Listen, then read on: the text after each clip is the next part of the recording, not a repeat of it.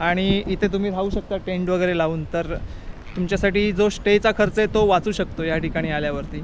आणि इतका सुंदर व्ह्यू जर तुम्ही सकाळी उठून अनुभवाल तर खूप छान वाटेल.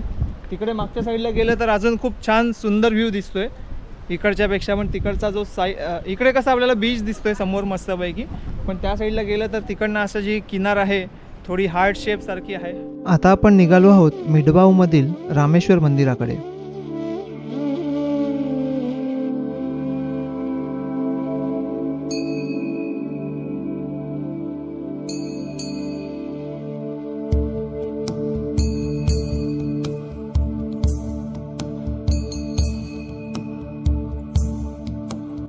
मित्रांनो, मागच्या वेळेस जेव्हा मी ह्या रोडने असा आत्र्यावरनं कुणकेश्वरला गेलो होतो तेव्हा इथूनच गेलो होतो, पण मी ह्या मंदिरासाठी थांबलो नव्हतो. आणि आज तो योग आला तर म्हटलं जाऊया, पाहूया कसं आहे मंदिर. वरचं नक्षीकाम तुम्ही पाहू शकता, खूप सुंदर आहे, खूपच सुंदर केलेलं आहे या ठिकाणचं सुद्धा. आणि सभामंडपाच्या वरचं नक्षीकामसुद्धा खूप सुंदर आहे. तसेच जर तुम्ही इकडे बघितलं कळस पाहू शकता किती छान दिसतो. वरती शंकरदेवाची मूर्ती आहे, वरती सगळे खरोखरचे पक्षी बसलेले आहेत.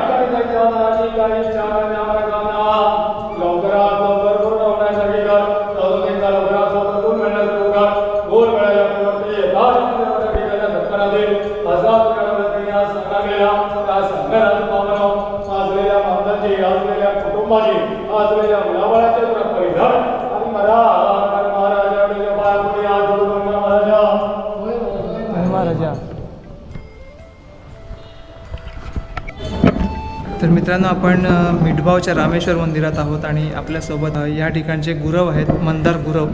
तर आपण त्यांच्याकडनं जाणून घेऊया या मंदिराचा इतिहास थोडक्यामध्ये.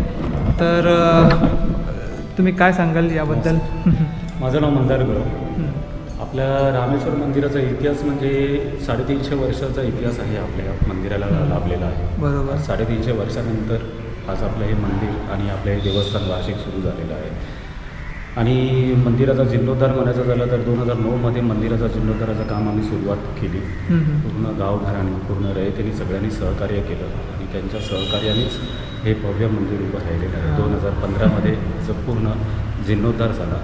अच्छा. आणि तिथून नंतर मग जे उत्सव असतात ते आम्ही आता उत्सवात आम्ही साजरे करतो. आणि मग वार्षिक उत्सव वार्षिक उत्सव ह्या वेळेपासून आता सुरू झालेले आहेत. अच्छा, जे मगाशी तुम्ही सांगत होते की बंद होते, मग ते काय कारण होतं की ते बंद झाले होते? आता कारण त्याच्या मागचं अजून ते मी म्हणजे मला पण एक्झॅक्टली माहिती नाही, पण ते बंद होतं. अच्छा, म्हणजे देवाचा कौल नव्हता मिळत असं असेल. पूर्ण जेवढी जी सूत्र होती वारेसूत्र ती उभी नव्हती. त्याला जो असणारा त्याच्याबरोबरचे जे साज होते ते नव्हते. बरोबर. ह्यावेळी तो योगायोग जुळून आला. सगळे देव उभे राहिले आणि मग देवाचा कौल झाला. ते तीर्थक्षेत्राला जाऊन आले, तीर्थदर्शन घेतलं, स्नान केलं आणि मग या वर्षीपासून ते वार्षिक उत्सव आता सुरू करण्यात आलेले आहे. खूप छान वाटलं, म्हणजे तुमच्याशी बोलताना माझ्या अंगावर काटा आला आहे अक्षरशः. तर अशा पद्धतीने आता या ठिकाणचे वार्षिक उत्सव सुरू झालेले आहेत. आणि कुठल्या दिवशी असणार हा उत्सव, जे काही असणार ते? आता यावर्षी आता पहिला उत्सव आपला होळीचा उत्सव हां होळीचा तो सुरू झालेला आहे. होळीचा उत्सव आणि आता साजरा झालेला आहे. तुम्ही बघत असाल बाहेर हां माडाची बाहेर होळी पाहिजे आहे. मंदिराची गावची होळी. जी होळी असते देव होळी जी साजरी झाली आहे ती माडाची झालेली आहे. अच्छा. तुम्ही तिथे जाऊन तेही बघू शकता. हो. रमणनाथाच्या देवळात तुम्ही कामकाट्या आमच्या ज्या आहेत देवाच्या त्याही तुम्ही बघू शकता. अच्छा, इथे बाजूच्या मंदिरात आहेत. हो बाजूला. हां ठीक आहे. तर आता आपण बाहेर जाऊन त्या खामकाठ्या बघूया.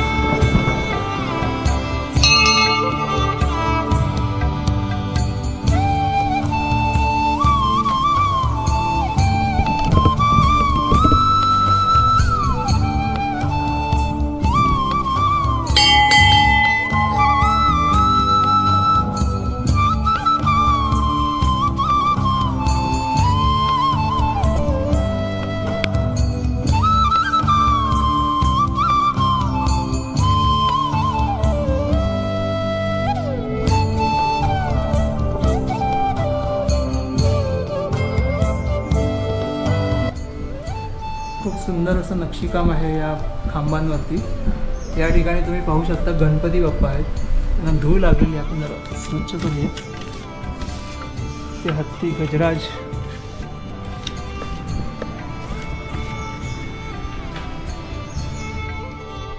खूप छान आहेत नक्षीकामे. पाहू शकता तुम्ही दगडा माती आपलं लाकडामध्ये किती छान पद्धतीने कोरलेलं आहे.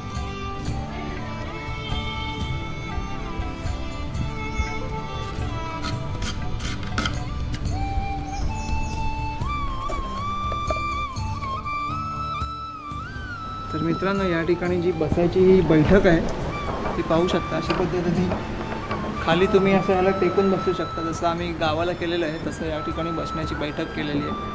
आणि असं रिलॅक्समध्ये तुम्ही बसू शकता. या ठिकाणी छान वाटतंय बसायला.